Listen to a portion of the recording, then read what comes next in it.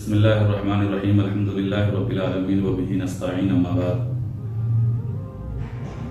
یہ جو دنیا ہے اس کی حقیقت ہم سب کے سامنے آیا ہے، چاہے ہم کتنی بھی غفلت میں زندگی گزاریں مگر یہ جو موت کی حقیقت ہے نا، ہم اس سے کبھی انکار کر ہی نہیں سکتے۔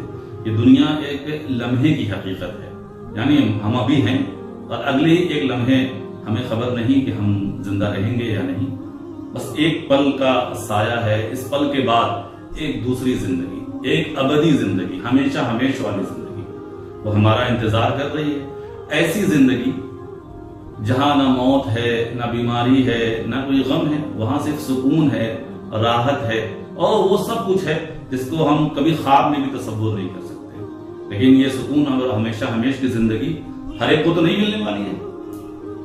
کسی کے لیے ہمیشہ ہمیشہ کا دکھ، تکلیف اور عذاب بھی ہو سکتا ہے۔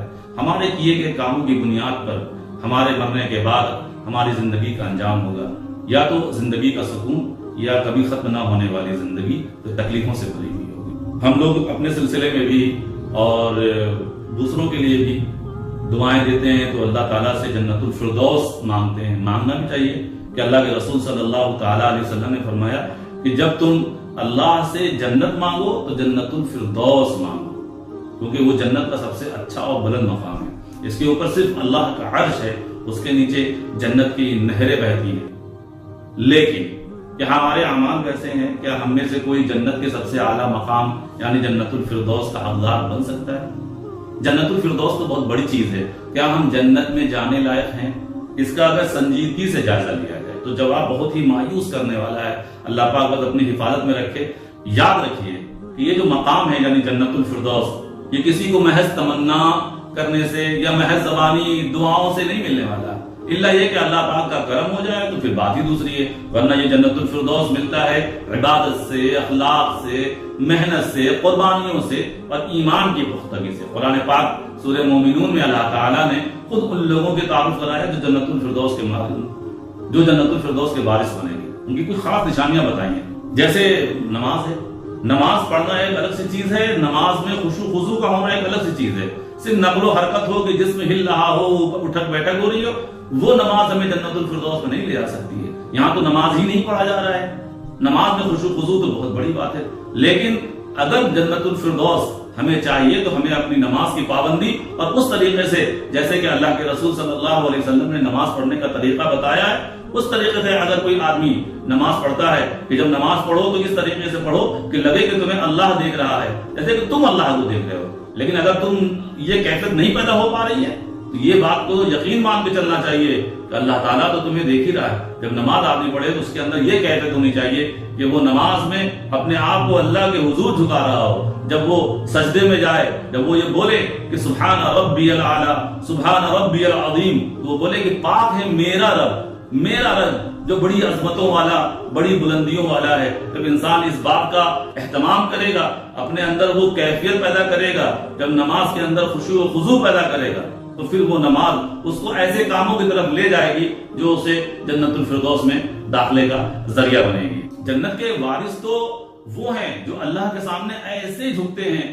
جیسے غلام اپنے آقا کے سامنے جھکتا ہے، کہ اس کی آنکھوں میں آنسو ہیں، دل اللہ کی محبت میں، اللہ کے خوف سے اس کے آنکھوں سے آنسو بہ رہے ہیں۔